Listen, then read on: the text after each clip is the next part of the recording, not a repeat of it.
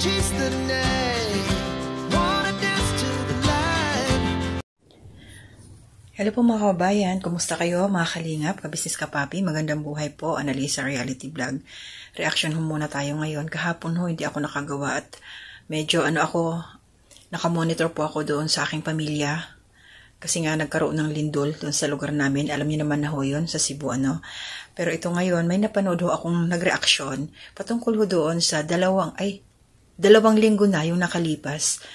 Yung nagkita sila Daddy Frankie, nung kinuha yung isang si Bongto, yung kinuha. Mayroon kasi nagreaksyon at ginawa niya ito ng ginawaan niya kasi ng issue. Pinagugulo na naman niya. Kumbaga nag-create siya ng negativity dito. So, ngayon pa umanhin kasi medyo mapapahaba ho tayo kasi gusto ko rin nung marinig ninyo kung ano yung kanyang mga sinabi. Pero bago yun, hindi niya kasi inumpisahan yung vlog ni Pinuno Ka Business kung bakit nakarating doon sa lugar na yun kung saan nandoon sila Daddy Frankie. So, nagkumuha po ako ng short clip, syempre, para mas lalo nating maintindihan kasi hindi pwede mag-jump tayo into conclusion. So, kailangan natin step by step. Pero bago yun, thank you po sa mga subscribers, silent viewers, commentators, mga nagla-like, nagsishare, mga hindi po nag-skip ng ads. Maraming salamat po sa suporta ninyo. At susunod na rin support natin, diretso tayo, sila Ka Business Official. Dito ako ngayon magre-reaction. Support po natin, Mrs. KB Official, Papa Dins TV, Ka Business Family. Ayan, and mga kasamahan ko pong reactors dito sa Ka Business, syempre. At mga kagwang, support din ho natin. And also, shout out na rin, support Kuya Bal Santos Matubang, Ate Edna Vlogs, Kalinga Prab, Chakta Pia Matubang, mga Kalinga reactors na kasamahan ko po. Sa Karepa, mga Kalinga partners, support din po natin. So ito, i-attach ko muna pakinggan at panoorin ho natin para para awareness lang to. Shoutout sa iyo Ballpoint Man. Ayan. Siya po kasi ang nagbigay ng issue. Nilagyan niya ng parang ginugulo niya imbis na wala namang problema si Daddy Frankie at saka si Ka Business. So siya lang ito, hindi ko alam kung ano yung nasa isipan niya. Dapat sana hindi maghihilahan pababa. Wala naman. Sabi pa niya kasi dun sa kanyang thumbnail ito yung thumbnail niya Si Ka Business daw ayan, Ka Business, pinahiya si Daddy Frankie. Nagtatanong pa siya pinahiya daw si Daddy Frankie? Wala naman, di ba? Wala naman pamamahiya. Daddy Frankie na bastos. Ayan, Boss JB, nasita si Ka Business. Ito po kasi yung nireaksyonan niya. So ito, kay Ka Business muna, panoorin muna natin. Na mga ka-business naming minamahala, pauwi na sana tayo galing Kayla, nadaanan namin dito si Bongto at napansin ko na hindi ako nagkakamali, mayroong nagbablog sa kanya sila Daddy Frankie ito, So babain natin at para kumustahan din tayo at makapagpasalamat din po mga ka-business naming minamahal. Ayun, pasuyo siguro ako ng camera. Oo. Tabi ka na lang doon, Tiga, sandali lang. Okay. Baba muna ako. Parang paalis na Dali lang, kuya. Marumi rito, may dumi rito. Bye. Baba ka, ma. Baba ka, ma'am. Okay. Baba kayo.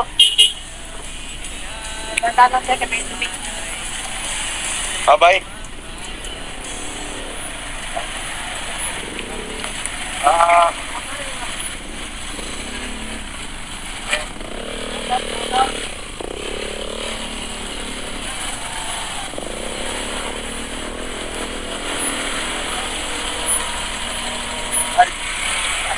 Magandang gabi po. Eric. Si Daddy Frankie. Bait na pala ni Kuya Gian. Sabi niyo pa kami. Ay, sorry. Pasensya na po. Hindi, dito muna tayo. So yun pa mga ka-business para doon sa mga hindi pa nakapanood. Yun po yung unang sa umpisa ng vlog nila Pinuno Ka Business nung nadaanan nila si Daddy Frankie. So, hindi inaasahan. Galing sila doon kila Kayla.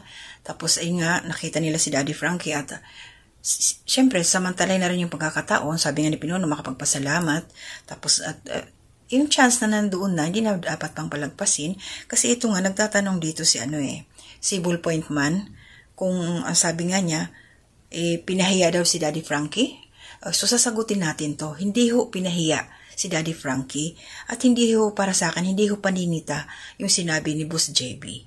So, sasagutin lang ho natin yung kanyang katanungan. Opinyon ko rin lang ho ito, kasi sa kanya, mayroon din ho siyang sariling opinyon at pangunawa. Depende sa kanyang pagkakaintindi. So, ito ho, pasensya na ho kayo, pakikinggan ho natin yung kanyang mga sinabi at medyo may kahabahan ho ito at titingnan ko na lang kung alin ang pwedeng i-omit kasi pinakinggan niya rin ho yung video ni Pinuno Ka Business. So, ito po yun. Pakinggan ho natin. Pakinggan nyo na lang po, hindi ko makukuha ng video ito. So, ayun mga pre, magandang gabi po sa inyong lahat. At ngayon ay pag-uusapan naman po natin itong mga actions po ni Ka-Business.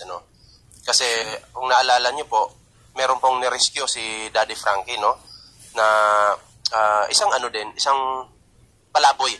Diba? Alam ko, itong palaboy na to, matagal na itong matagal nang na-content ni Ka-Business. Kaya nga lang, parang hanggang content lang, hindi man lang natulungan talaga, 'di ba? Hindi man lang po na-rescue, 'di ba?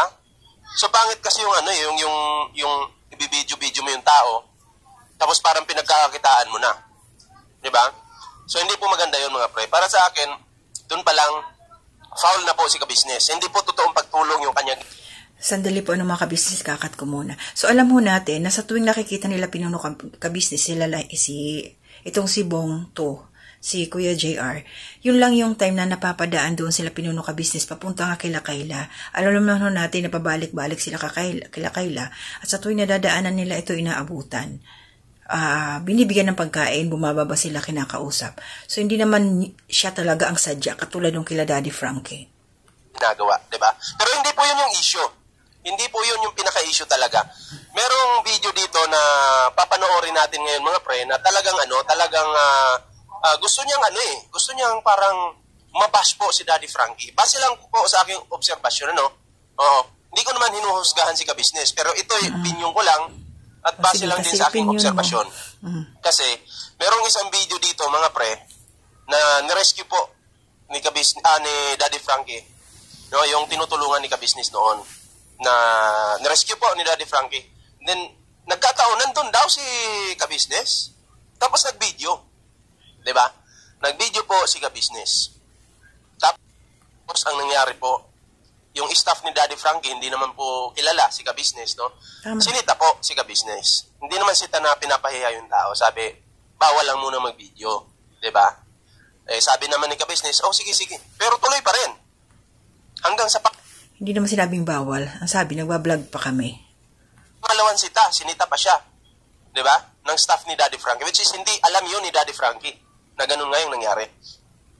Diba? Sinita siya. Ang sabi niya, sa akin lang naman daw video. Sa akin lang naman naka-video eh.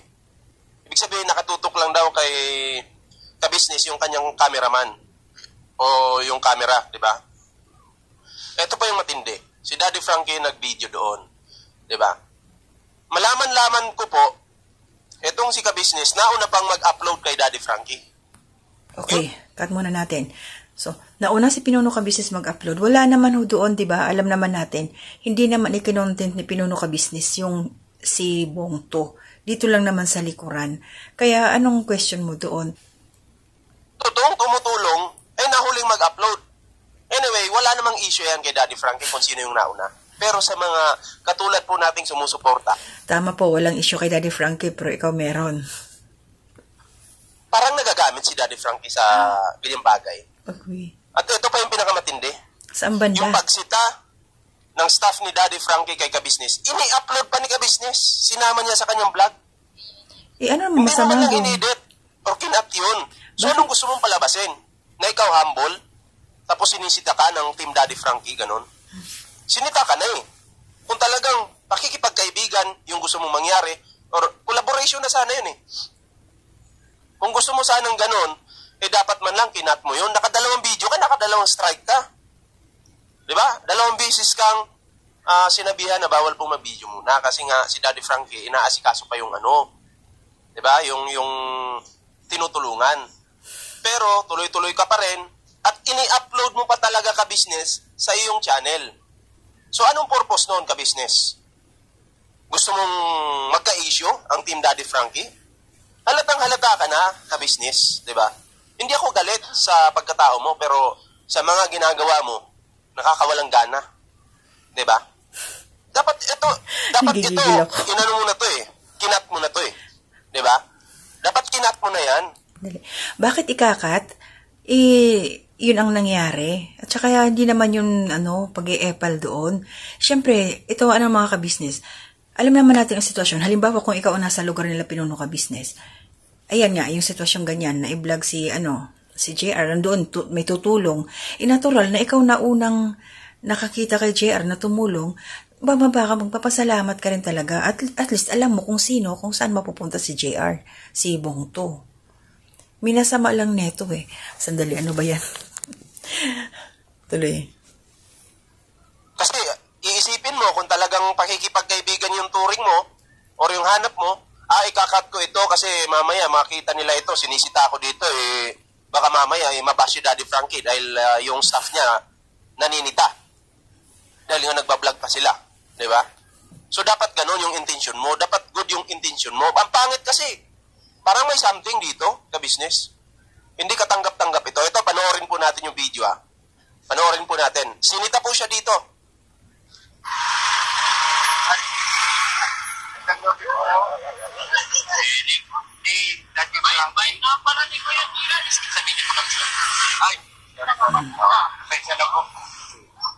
Dito sa video ito, humingi naman po siya ng pasensya. Tama. Okay? Which is goods naman yun. Walang problema doon. Sinita siya ni Boss JB na nagbibideo pa kami, sir, bawal mo nang mag-video, ganon. Humingi naman siya ng pasensya. So ano yun? In-upload pa niya. Nakita ngayon ng mga tao, in-upload niya.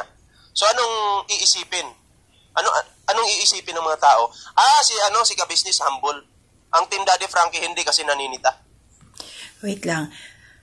Para sa akin, okay lang yun. Maganda nga, di ba, mga ka-business na na-upload yun. At saka, may reaction na ako patungkol dito eh. Hindi yung natin masisisi dito si Boss JB o si ka-businessman kasi unang-una, hindi pa sila nagkikita, hindi pa sila magkakilala at hindi kilala ni Boss JB si ka-business. So gusto mo palabasin na humble ka talaga, gano'n. Kasi kung totoong humble ka, matulungin ka, dapat itong na-rescue ni Daddy Frankie na matagal mo nang binablog, dapat ikaw na yung nagkusa noon, napapaliguan mo, dadalhin mo sa shelter, di ba, papakainin mo. Wait lang. Talagang walang alam ito si Bullpoint Man. Sir, pasintabi po. Opinion mo yon, pero wala pa hong shelter si Pinuno Ka-Business. For your information. Kung ako sa'yo, dapat pinanood mo muna, simula umpisa, kung paano nangyari.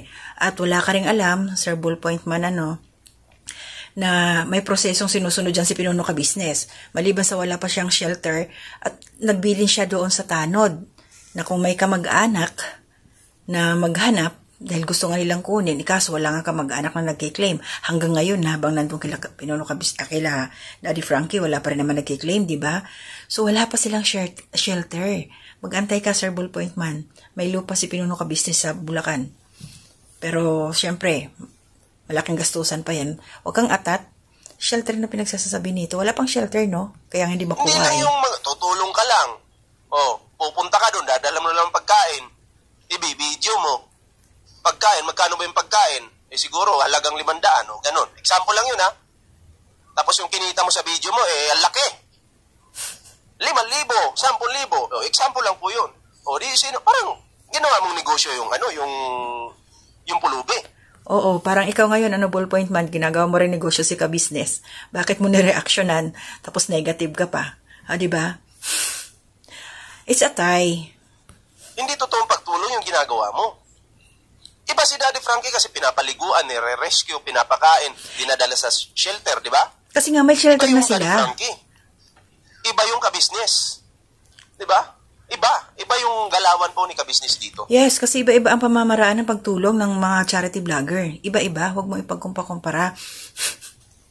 Good vibes po tayo. Di ba? Ulitin ko po sa inyo, Sinita po siya ni Boss JB dito. Hindi siya sinita. Si Boss JB, mga pre. Ang kulit Hindi mo po siya kilala ni Boss JB. Hindi siya sinita. Kasi siguro kung kilala lang na, siguro kung nalaman vlogger, di ba? Kahit Sinabihan papaano, lang. di ba? Hindi magkakaganon. O, panoorin po natin mga pre. O, sige, panoorin natin. Bigla siyang dating naka-video. O, eto. Paulit-ulit ka. Dapat doon pa lang, kinat mo na yun. Pero in-upload mo pa rin sa YouTube mo. Ayaw mo nun, resibo nga Sinadya mo talaga to. Sinadya mo to. In-upload mo pa rin sa YouTube mo. Anong dahilan? Magmukhang masama ba si Daddy Frankie? Di ba? Huwag mo sabihin, hindi, in-upload ko talaga yan para maging mabuti si Daddy Frankie. Para ang tingin sa kanya ng mga tao, okay si Daddy Frankie. Ha? Parang hindi yata tugma sa video, di ba? Iba yata. Kaya, at eto pa yung matindi. Saan? Inunahan mo bang mag-upload si Daddy Frankie? Inunahan mo ba? Ang kulit nito. Nakipag-unahan ka. Antibay mo? Grabe.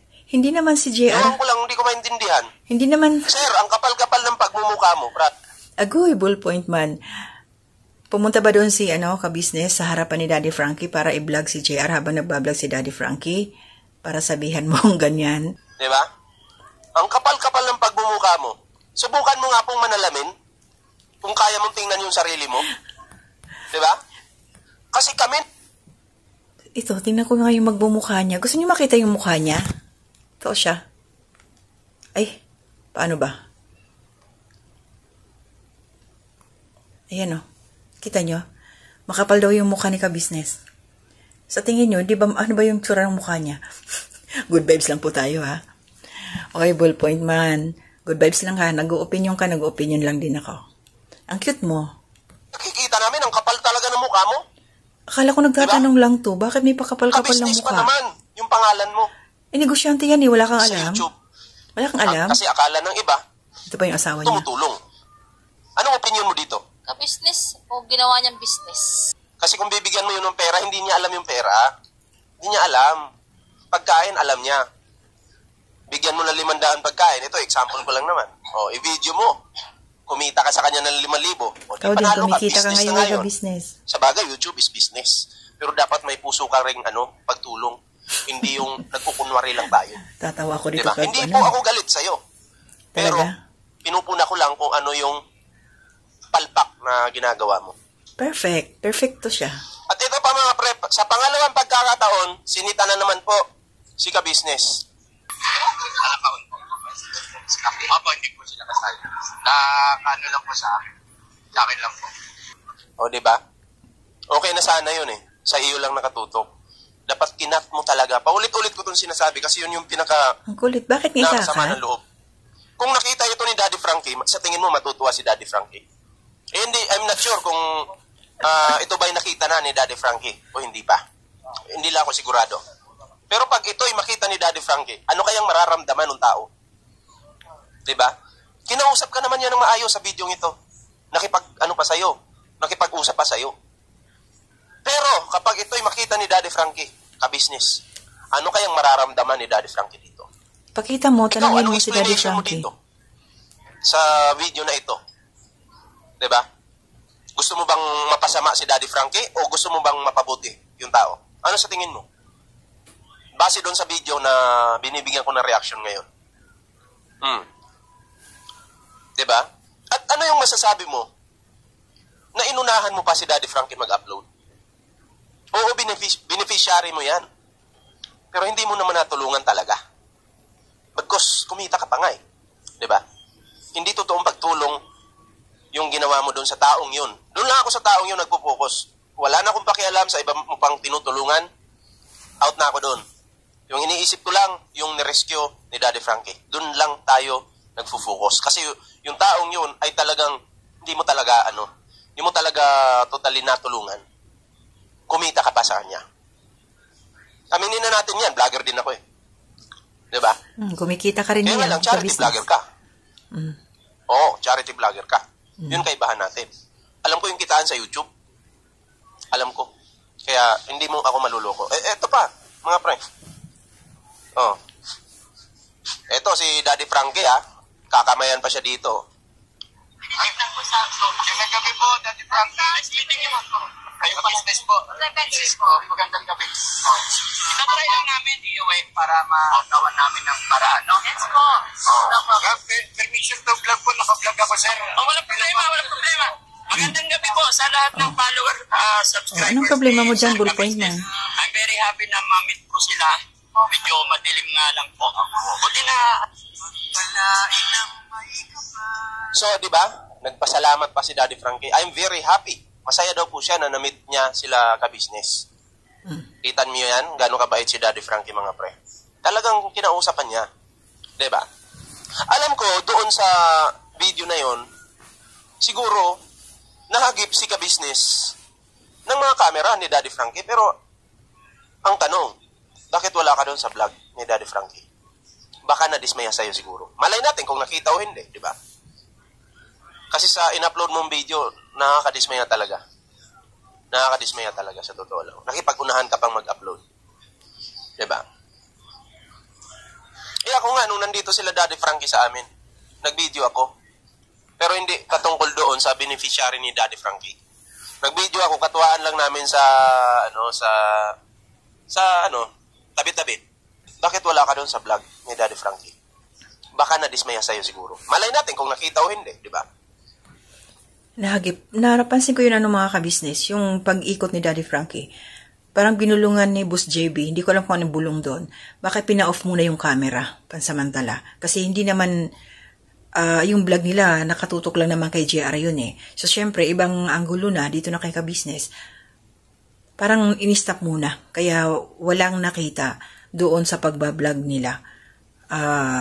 Walang up doon sa upload nila Daddy Frankie, hindi nakita si ka-business kasi parang enough yun. Pansamantala habang umikot si Daddy Frankie sa likod. Kasi sa in-upload mong video, nakakadismaya talaga. Nakakadismaya talaga. Siya lang ang dismaya. Kasi pag-unahan ka pang mag-upload. Diba? Ako nga, nung nandito sila Daddy Frankie sa amin, nag-video ako. Pero hindi katungkol doon sa beneficiary ni Daddy Frankie. Nag-video ako, katuwaan lang namin sa tabi-tabi. Pero hindi ko agad in-upload yun. Inantay ko pa na yung video ni Daddy Frankie ma-upload bago ako mag-upload. Yun yung tinatawag na respeto. Kung meron ka nun, ka-business, dapat sana tinuloy-tuloy mo yun para mabigyan ka rin ng tamang respeto. Marespeto ka rin. At para lumawak yung mga kaibigan mo sa mundo ng social media. Hindi yung makikipag-agawan ka sa views, sa kitaan, mahirap yun, di ba? Yung mga tao, talagang hindi ka mabibigyan ng respeto. So yun, masasabi ko dyan, sana, hindi naman ako galit sa'yo ka-business, pero sana, i-accept mo yung pagkakamali mo. Kasi sa tingin ko, dito sa part na to, mali ka talaga. Palpa ka talaga. Diba? Kung gusto mo ng pakikipagkaibigan, hindi mo dapat dinadaan sa ganyang diskarte. Diba? Pwede ka namang makipag-collab kay Daddy Frankie. Mabait yung tao na yun. Diba? Mabait yung tao na yun. At handang sumuporta sa mga kapwa niya, nagva-vlog din, para sabay-sabay umangat. Pero kung ganyan yung diskarte mo, wala kang magiging kaibigan dito sa mundo ng social media. Agoy, parang siguradong-sigurado na siya. Walang magiging kaibigan si Pinuno ka-business sa social media. Natawa na lang ako to sa kanya eh.